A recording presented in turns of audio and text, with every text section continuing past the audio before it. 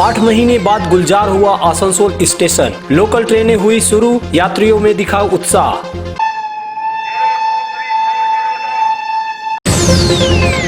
मंत्री पद से इस्तीफा देने वाले शुभेंदु अधिकारी को मनाने के प्रयास नहीं आए काम। शुभेंदु ने कहा, आपके साथ काम करना मुश्किल। बीजेपी बंगाल अध्यक्ष दिलीप घोष ने बंगाली और गैर बंगाली को लेकर दिया ऐसा बयान कि पैदा हुआ विवाद।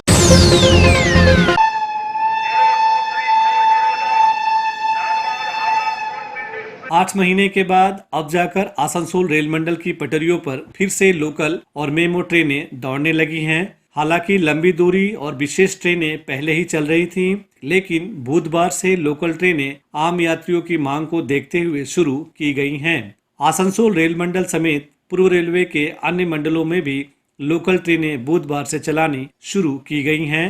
आसनसोल से बर्धमान जाने वाले यात्रियों की संख्या ज्यादा होने को देखते हुए सबसे ज्यादा 4 जोड़ी ट्रेनें आसनसोल बर्धमान रूट की चलाई जा रही हैं। इसी तरह आसनसोल से धनबाद के बीच 2 जोड़ी लोकल ट्रेनें चलाई जा रही हैं। वहीं आसनसोल से जसीडीह और आसनसोल से झाझा के लिए एक ट्रेनें चलाई जा रही है। आसनसोल रेल मंडल के अंडाल जंक्शन से भी ट्रेनें चलाई जा रही हैं। कुल मिलाकर आसनसोल रेल मंडल में 11 जोड़ी ट्रेनें चलाई जा रही हैं। बहरहाल 8 महीने बाद लोकल ट्रेनें चालू होने से आसनसोल स्टेशन में काफी हलचल देखी गई। हालांकि पहले जैसी तो बड़ी संख्या में यात्री नहीं दिखे, लेकिन फिर भी लोकल यात्रियों की संख्या दृष्टिगोचर हो रही थी। प्लेटफॉर्म पर चहल पहल दिख रही थी। यात्रियों को बॉडी टेम्परेचर जांचने के बाद ही स्टेशन में प्रवेश दिया जा रहा था। बिना मास्क वाले यात्रियों को रोक दिया जाता। उसी तरह ट्रेन में चढ़ने के लिए भी सोशल डिस्टेंसिंग का ख्याल रखा जा रहा है। ट्रेनों के अंदर सीटों पर दूरी बनाए रखने के लिए मार्किंग की हुई है।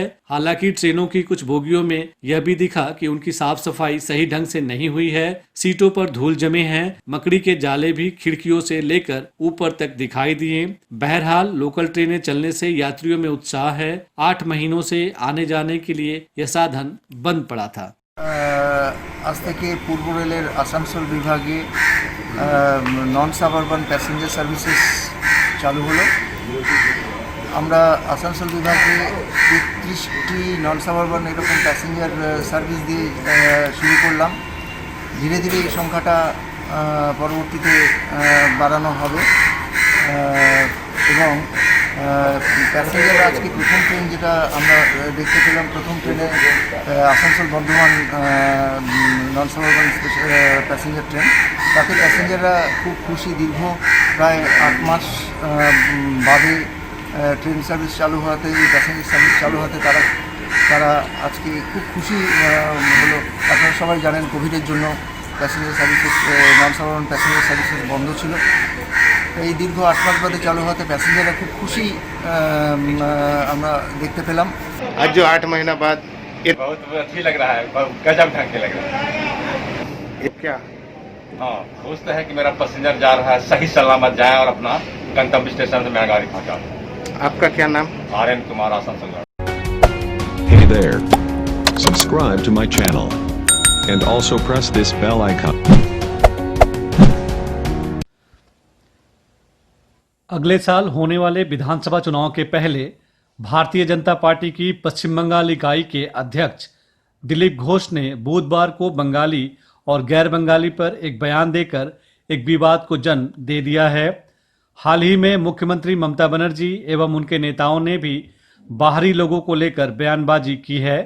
तृणमूल अगले चुनाव में बंगाली अस्मिता का सवाल खड़ा कर रही है, जिससे बाहरी का मुद्दा छेड़ा गया है। इसके जवाब में ही दिलीप घोष ने कोलकाता में हिंदी भाषियों के इलाके में चाय पर चर्चा के दौरान कहा है, ब्रिटिश शासनकाल में अधिकतर लोग रोजगार के लिए बंगाल आए थे। गंगा नदी के किनारे पर स्थित जूट मिलों में अधिकतर बाहर के लोग ही काम करते थे, जिससे बंगाल का विकास हुआ है। इसलिए बंगालियों की तुलना में गैर बंगाली लोगों की इसमें अधिक भूमिका रही है। दरअसल आगामी विधानसभा चुनाव में नरेंद्र मोदी सहित भाजपा के अधिकांश नेता बंगाल फतेह की कोशिश में जुटे हैं। इसके मद्देनजर यह सभी बंगाल में रहने वाले गैर बंगाली निवासियों के मन को मोहने की हर संभव प्रयास कर रहे हैं। इसी उद्देश्य से हाल ही में प्रधानमंत्री मोदी ने दुर्गा पूजा में धोती पंजाबी पहनकर यानी बंगाली वेश में दुर्गा प्रतिमा का उद्घाटन किया था। दूसरी ओर केंद्र के भाजपा मंत्रियों को बांग्ला भाषा में ट्वीट करते देखा जा रहा है। यह बंगालियों के मन को मोहने के प्रयास का हिस्सा है। बुधवार को दिलीप घोष के बंगाली एवं गैर बंगाली वासियों को लेकर दिए बयान से राजनीतिक हलचल बढ़ गई है। जय श्री टेलीकॉम, एक मल्टी ब्रांड मोबाइल शोरूम। अगर आपको लेटेस्ट ब्रांड का मोबाइल चाहिए तो तुरंत आइए बरनपुर के स्टेशन रोड स्थित जय श्री टेलीकॉम। यहाँ ऑनलाइन प्राइस पर हर ब्रांड का मोबाइल उपलब्ध है। सभी कंपनियों से इजी फाइनेंस की सुविधा। तो देर न कीजिए, तुरंत आइए बरनपुर के स्टेशन रोड स्थित जय Shri telecom, a house for multi brand mobile phone, station road Burnpur. नए एक्सक्लूसिव ड्रेसों के साथ फुल्ली सैनिटाइज और सोशल डिस्टेंसिंग का पालन करते हुए श्री बालाजी फैशन आपका स्वागत करता है। वाजिब दरों पर फैंसी साड़ी सहित अन्य ड्रेसों की खरीदारी करें। आज ही आए बालाजी फैशन, हर घर की पसंद। GT road opposite Subhash institute, Asansol. नमस्कार, हम लोग कोविड-19 के लेके फुल सैनिटाइज करके स्टोर फिर से ओपन किए हैं। आप लोग हमारे यहाँ आइए, साड़ी सूट्स लहंगा के लुत्फ उठाइए और हमारे यहाँ सारे वेडिंग कलेक्शन भी अवेलेबल है। आसनसोल नगर निगम के तत्वाधान में मिशन निर्मल बांग्ला को सफल बनाएं। हमारी प्रतिज्ञा, हमारा गर्व। एक बात सभी याद रखें, कचरा जहाँ तहाँ ना फेंके। कौन सा कचरा कहाँ डालना है अच्छी तरह से समझना है। स्वयं जागरूक हो, औरों को भी जागरूक करें। रिड्यूस, रीयूज और रिसाइकिल प्रक्रिया को अपनाएंगे, सुंदर स्वस्थ आसनसोल बनाएंगे। आसनसोल नगर निगम के ग्रीन और ब्लू बीन का सही इस्तेमाल करें। प्लास्टिक का व्यवहार ना करें। आसनसोल नगर निगम सदैव आपकी सेवा में उपस्थित है। Clean Asansol, green Asansol. বার্নপুর শিল্পাঞ্চলের মানুষের চাহিদা পূরণে স্টেশন রোডের সক্ষম প্লাজা ইলেকট্রনিক বিপণির জগতে এক মহা বিপ্লব ঘটিয়ে ফেলেছে তাদের বিপুল সম্ভারে ও অত্যাশ্চর্য বিশেষ ছাড়ে। AC, LCD TV, washing machine, DVD player, micro oven, fridge, সঙ্গে থাকছে এক্সচেঞ্জ অফার এবং প্রত্যেক কেনাকাটার সঙ্গে থাকছে আকর্ষণীয় গিফট। সক্ষম প্লাজা, स्टेशन रोड, बार्नपुर। मुख्यमंत्री ममता बनर्जी से नाराज चल रहे राज्य के दिग्गज नेता शुभेंदु अधिकारी को मनाने की कोशिशें अब तक नाकाम रही। शुभेंदु को मनाने के लिए मुख्यमंत्री ममता बनर्जी की ओर से नियुक्त सांसद सौगत राय भी कुछ नहीं कर सके हैं। शुभेंदु अधिकारी ने सौगत राय को अपने निर्णय से अवगत करा दिया है। हालांकि एक दिन पहले मुख्यमंत्री ममता बनर्जी ने शुभेंदु को फोन कर बात की थी, लेकिन लगता है कि इसका भी कोई खास असर नहीं पड़ा है। बुधवार को शुभेंदु अधिकारी के करीबियों ने बताया कि वह तृणमूल कांग्रेस के साथ अब नहीं रहेंगे। सूत्रों ने बताया कि शुभेंदु ने सौगत राय को एक व्हाट्सएप पर मैसेज किया है। इसमें उन्होंने लिखा है, आप लोगों के साथ काम करना मुश्किल है, माफ कर दीजिएगा। सौगत राय को शुभेंदु अधिकारी का इस तरह का मैसेज इस बात का साफ संकेत है कि अब वह तृणमूल कांग्रेस के साथ पहले की तरह काम नहीं कर सकेंगे। वहीं मुख्यमंत्री ममता बनर्जी ने शुक्रवार को मंत्री पद से इस्तीफा देने के बाद शुभेंदु अधिकारी के साथ बात की है। सूत्रों ने बताया कि मंगलवार देर शाम सीएम ने शुभेंदु को फोन कर उनकी मां का स्वास्थ्य हाल जाना। शुभेंदु अधिकारी की मां बीमार चल रही हैं। सीएम के करीबी सूत्रों ने बताया कि शुभेंदु अधिकारी को ममता ने आश्वस्त किया है कि पार्टी में उन्हें उचित सम्मान दिया जाएगा। ममता ने शुभेंदु से यह भी कहा है कि अगर कोई नाराजगी है या शिकायत है तो आपसी बातचीत से दूर किया जाएगा। हालांकि शुभेंदु अधिकारी ने उन्हें क्या कुछ जवाब में दिया, इस बारे में स्पष्ट तौर पर पता नहीं चला है, लेकिन सूत्रों ने बताया कि शुभेंदु ने भी सकारात्मक रवैये के साथ ही मुख्यमंत्री से बात की। बहरहाल अब सभी की निगाहें 6 दिसंबर को भाजपा के राष्ट्रीय अध्यक्ष जेपी नड्डा के कोलकाता कार्यक्रम पर टिकी हैं। खबर है कि शुभेंदु अधिकारी नड्डा के सामने भाजपा में शामिल हो सकते हैं। उल्लेखनीय है कि गत शुक्रवार को शुभेंदु अधिकारी ने ममता कैबिनेट से इस्तीफा दे दिया था। उसके बाद से ही उनके भाजपा में शामिल होने की अटकलें तेज हैं। हालात को भांपकर 7 दिसंबर को मुख्यमंत्री ममता बनर्जी उनके आवासीय क्षेत्र पूर्व मेदिनीपुर में भी जनसभा को संबोधित करने वाली हैं। Hey there. Subscribe to my channel and also press this bell icon.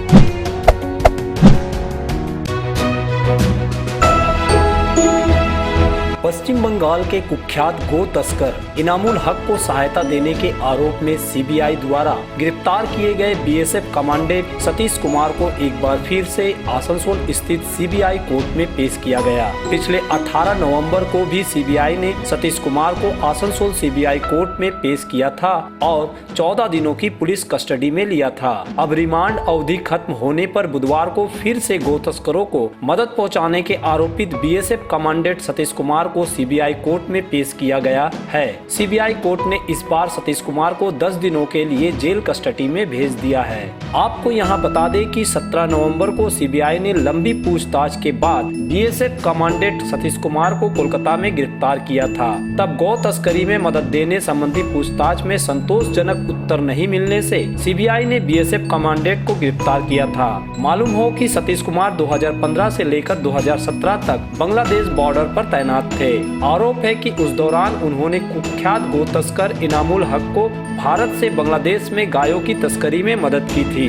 जैसा कि आप जानते हैं कि करीब महीने भर पहले मुर्शिदाबाद के गो तस्कर इनामुल हक को सीबीआई ने दिल्ली से गिरफ्तार किया था। उसके बाद से ही सतीश कुमार पर कार्रवाई शुरू हो गई थी। नवंबर महीने के 5 तारीख को जब कोयला तस्कर लाला के ठिकानों पर छापेमारी की गई थी तो इनामुल हक के साथ ही सतीश कुमार के आवास पर भी छापेमारी की गई थी। बहरहाल बुधवार को आसनसोल सीबीआई कोर्ट द्वारा सतीश कुमार को 10 दिनों के लिए जेल कस्टडी में भेजने पर उनके वकील कुमार ज्योति तिवारी नाखुशी प्रकट की। उन्होंने कहा कि अभी तक सीबीआई सतीश कुमार के संबंध में कोई ठोस सबूत पेश नहीं कर पाई है। उन्हें लेकर कोई गोपनीयता का मामला भी सीबीआई उजागर नहीं कर पाई है। मामले की जांच में कोई प्रगति नहीं हुई है। 14 दिनों की पुलिस कस्टडी में भी सीबीआई नया कुछ नहीं खोज पाई है। আমাদের সাবমিশন এই ছিল যে কোনো privacy case CBI make out করতে পারেনি এবং মানে সেকশন 7 এর কোনো কেসই মেক আউট করতে পারেনি। 14 ডেজ পুলিশ কাস্টডিতে সিবিআই নতুন কিছু বের করতেই পারেনি। কাস্টমস অফিসার সিবিআই আদার বিএসএফ অফিসার কাউকে ডাকতেও পারেনি। কোনো there is no development at all in the so far as investigation is concerned. But however, after considering all these things, Learned Judge has even given 10 days judicial custody. CBI এর তরফে একটা submission করা হয় যে একাধিক BSF officer customs officer যুক্ত রয়েছে, সেই বিষয় নিয়ে কি বলবেন? না, সেটা আমাদেরও বক্তব্য ছিল। সিবিআইয়ের main entire allegation is against the BSF, entire BSF, মানে entire BSF personal has been malign. তো আমাদের বক্তব্য এটাও ছিল যে যখন এন্টায়ার বিএসএফ পার্সোনালকে মেলাইন করা হয়েছে তখন 7 except Satish Kumar to whom you have issued notice, whether you have sent notice to anybody else, any person attached to the BSF, company commander ওখানে যারা ছিল, এটা তো admitted fact, Satish Kumar did not make any seizure list. The seizure list was prepare by the company commander. তো CBI, in my opinion, CBI could not give any satisfactory answer. Despite that, Learned Judge, in the interest of investigation, again directed for 10 days judicial custody. Hey there. Subscribe to my channel. And also press this bell icon.